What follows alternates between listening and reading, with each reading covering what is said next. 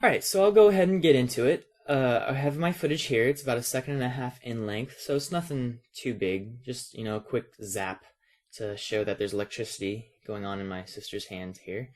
So we have our footage, and the first thing we're going to do is go ahead and just create a new solid, Control Y, and make it comp size, black, whatever. We're going to go over here to our Effects and Presets panel and type in Advanced. And it should be the only thing that you have that is advanced. And right away we have our default settings here. It's just a lightning strike. But this isn't what we want. You see how there's a lot of forking going on? Because the electricity is arcing just between, say, her palm and her fingertips, which is what I'm going to be demonstrating, you don't really get much forking at that distance. Forking comes from, over a large distance. So go ahead and for the first one, I'm going to go from the index finger to the palm, thumb area, and all the other ones after that. And this one right here will just be a two-way strike, and all the other ones will be just a one-way strike.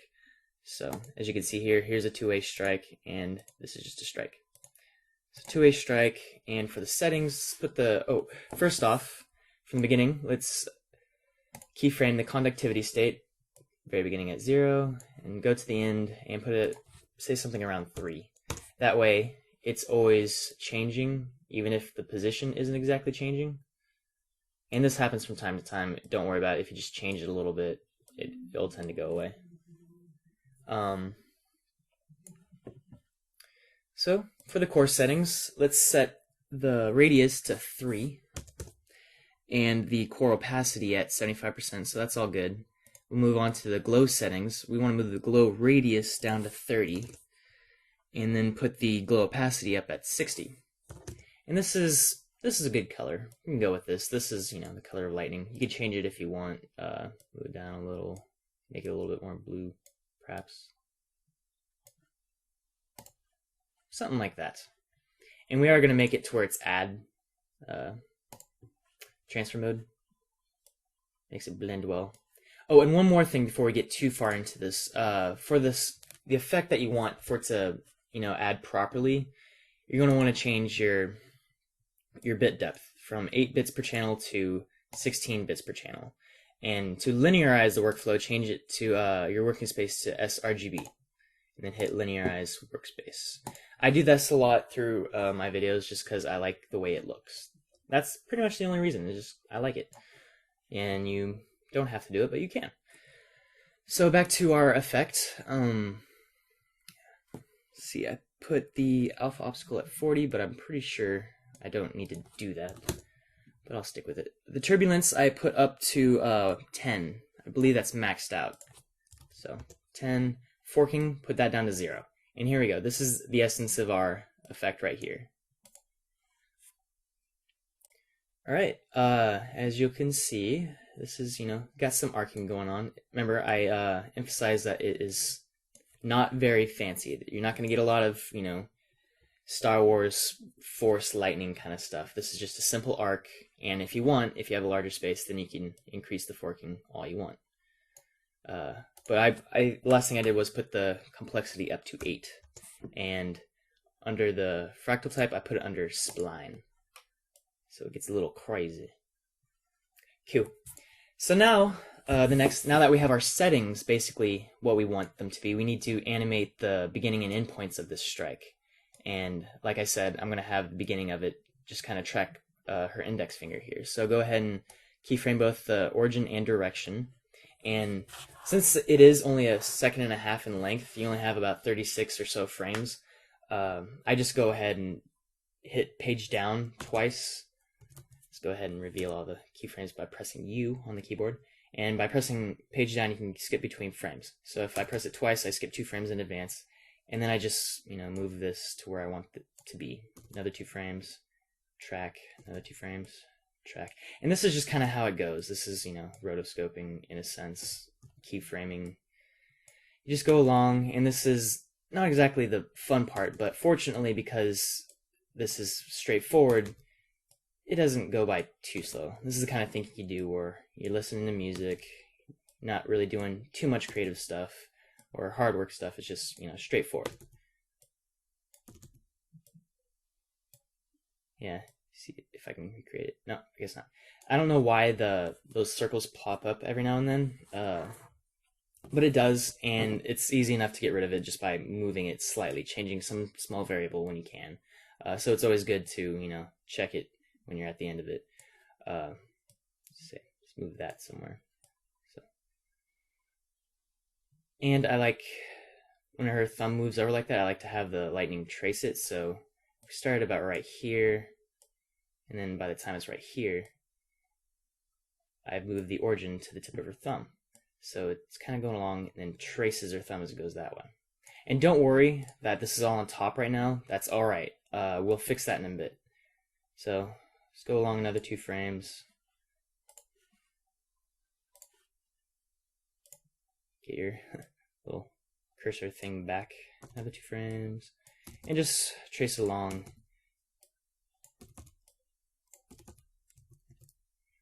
Until essentially you're at the end. And the origin, you don't have to change too much if you don't want to. It gets the purpose done.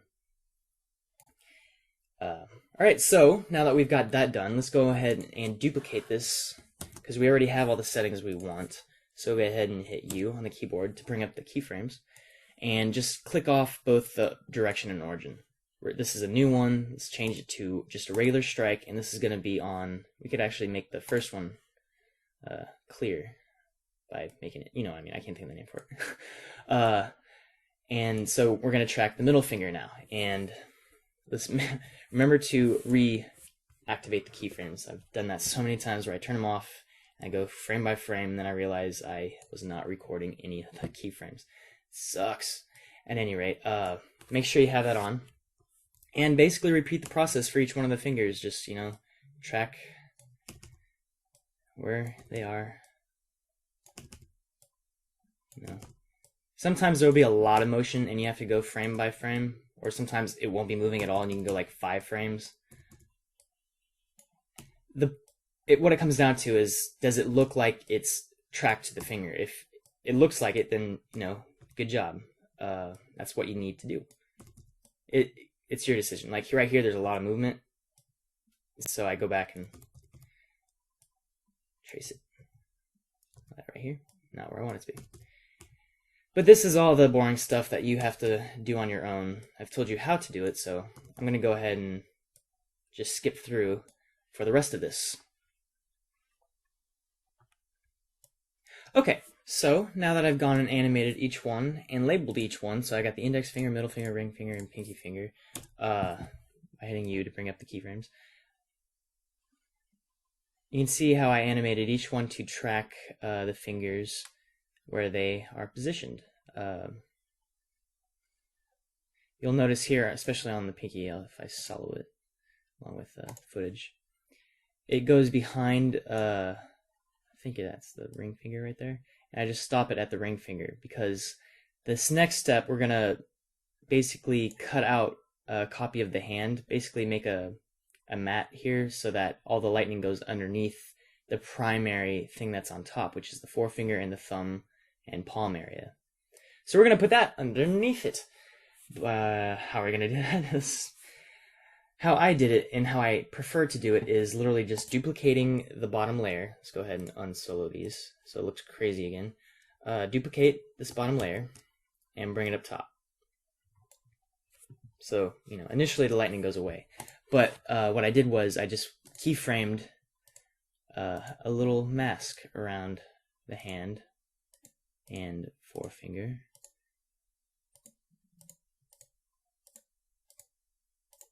Go ahead and turn all these off so you can see where you're cutting.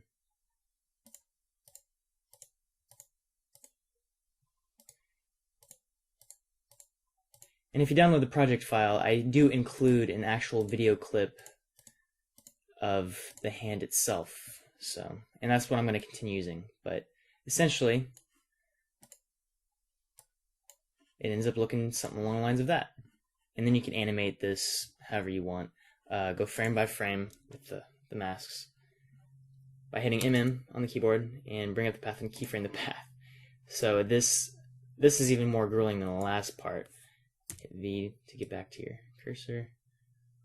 It's literally just, this you almost do have to go frame by frame, just changing each and every, if I can, there you go, every value like this to properly match up against the hand. It's just an extra step to take that makes things look better. You don't have to do it, especially if you say have your hand facing with the palm towards the camera, then there's nothing, occluding it, so there's nothing to mask out. But in this case, it does, so it makes it look more like it's contained inside of the hand region. I'll go ahead and delete this and bring in the video I have already pre-created.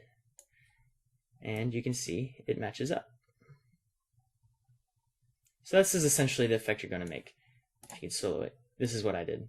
Ignore the thing up here. That's just part of the masking that I just moved off to the side here at the beginning because I didn't need it until I need right here when the thumb comes out. Just one of those things. So, assuming you can do that, it's just, like I said, one of those time-consuming things. We'll go on to the next part, which is making the light and then the light reflections and the shine on the leg. So, what we do here is, these are all set to add, don't forget. We're going to take the first one, hold down Shift and select the last one, hold down Control-Shift-C. Or, you can go ahead and hit Composition, and, Pre-Compose, yeah. So it's under Layer, then Pre-Compose. I always just do the Control-Shift-C. So let's select these, Control-Shift-C to pre-compose it, and it'll put it in its own little comp area that you can, put effects with and duplicate effects much more easily. So I'm going to name this Lightning. Make sure you put this back to add. Alright, so we have our layer here, and let's go ahead and go over to the Effects and Presets panel and hit Fast Blur. I'm going to blur it up, and yeah, it's going to seem like, why should we blur it? We want to be able to see it. But if you blur it out like this, it's a lot like the lightsaber effect. It makes the shine, the glow area. And the more you blur it, the more I'm gesturing with my hands pointing at the screen. You can't see that, silly me. The more that it shines, essentially. So now that you've had this, make sure you deselect the effect itself and select the footage and hit Control-D to duplicate the layer. Do it like 3 or 4 times. I like to have, I think, 3 copies of it, 4 copies, maybe one more. You could always delete copies later. So the first one, put it on 0. The next one, go ahead and put this at, let's say 20. Then the next one, put it at 80. And this is where you can have fun. This is the creative part that's always really cool. Put this at 200. 200, enter. There we go. And yeah, this one let's just not use. So, in my opinion, this doesn't look very good right now. It's a little too shiny, so how did I fix this? Maybe put this at 40? This at 120? As you can see, it's a little bright. It's a little, I'd like to have a little bit more details, so maybe take away the 40 or just increase the 40 and take away the 80. That looks decent.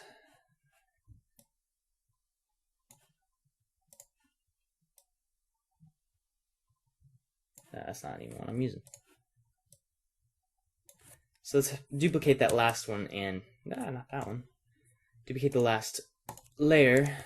Put this upwards of let's put this at 300. Just so you have a nice little glow going on now. You could use the glow, but I think it just overblows it. And you can kind of see right here, this is a little too much, so I'm going to actually take away that last bit there, because you can see the line that I drew with the hand. So there you go. This is the essence of the effect. There's one last thing that, actually a couple last things we're going to do. We need to do the reflections of light off the leg. So, you could go ahead and do what I did with the hand by, masking out the hand and just keyframing the mask frame by frame. But, if you can get away with not doing it, good, do it. So I'm going to go ahead and hit Layer and make a new null object. And so here we're going to track our footage. We're going to select this, and then for the track, we're going to hit Track Motion. hopefully you at least already have a decent idea of how to track the motion. But essentially we're just gonna, just position. I don't have it rotating much, so we're gonna just track this little point on the leg, because you can see that this is handheld video. So if we make a mask surrounding the leg area, it'll move, or you can just go ahead and track it. So let's go to the first frame. I felt that this little red spot was a good place to track the motion, and then hit track motion. It goes through, tracks it. All right, and I think because I already added the null, it automatically selected it, but it's always good practice to make sure. So yeah, null 1 selected, and hit apply. And I'll ask you if you, X and Y. Yes. So now we have this null object that is tracked to the legs there. Go ahead and delete. Okay, so the next step, we're going to create a new adjustment layer, or just Control-Alt-Y, and we're going to add a levels to this adjustment layer. And first off, make sure you make the adjustment layer larger, just because it doesn't hurt. Just kind of base it around the leg. Make the whole image super bright. You can see kind of the effect we're going to go for. But just first, let's go ahead and outline the legs here, or the leg / shorts.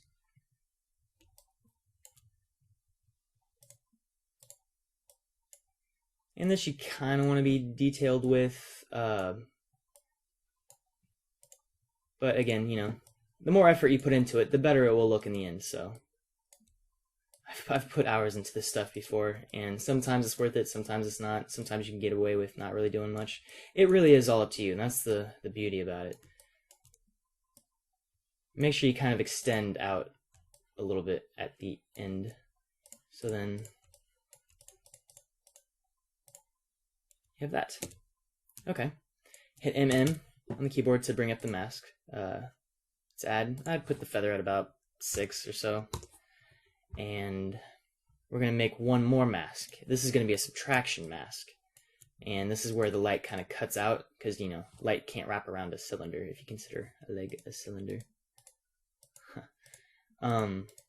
So just kind of do something along the lines of that. Then, just outwards. Go down to the second mask. I'm going to label this subtract. Wow, come on. Really? Masks. Second mask. Okay, maybe I won't rename it. But anyway, we are going to put it to subtract. So if we blast out the effect, you'll see the effect right away. You can see how it's just kind of really bright here, and we're going to feather it out incredibly right here. I'd put the feather at about 200-ish. And so what we're going to do is we're going to add a wiggle to the expansion. Make it look like it's, shining bright and not bright. But first, let's actually get the effect correct. So this looks terrible. Let's take that down just a notch. Let's go to the blue channel and make it bluer.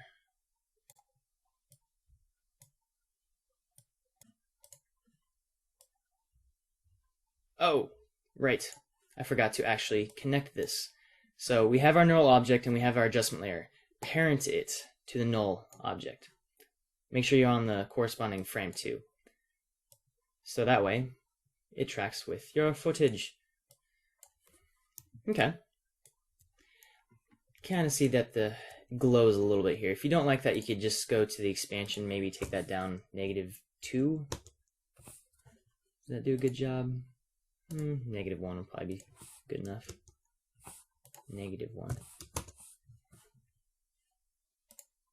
Yeah, that'll work.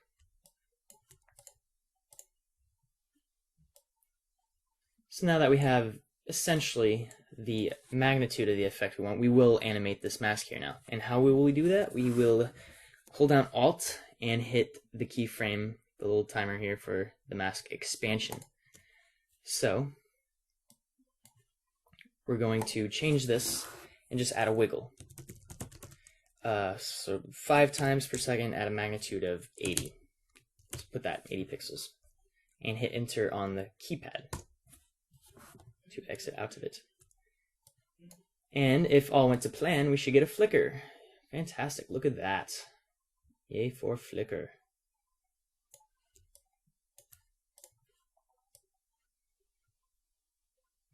And that's pretty much the end of this effect. As you can see, we have the lightning, we have the occluded hand layer, and we have the different layers of electricity.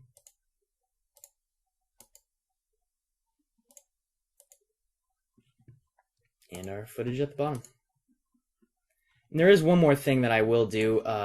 If you have optical flares, I think it is magnificent. It works great for things like this. It adds just an extra layer of shine and brightness to it that you might not be able to achieve otherwise. But this is the final effect right here. But I'm going to go ahead and throw on the optical flare. So Control Y to make a new solid and make it black, and then effects and presets, optical flares. Go ahead and over original and hit add. So what I've noticed for this electricity kind of effect is you don't want a spot. Like how you can see here, there's a spot here. We don't want that. Well, I'm going to take the brightness down to 30 first off. And go to the options and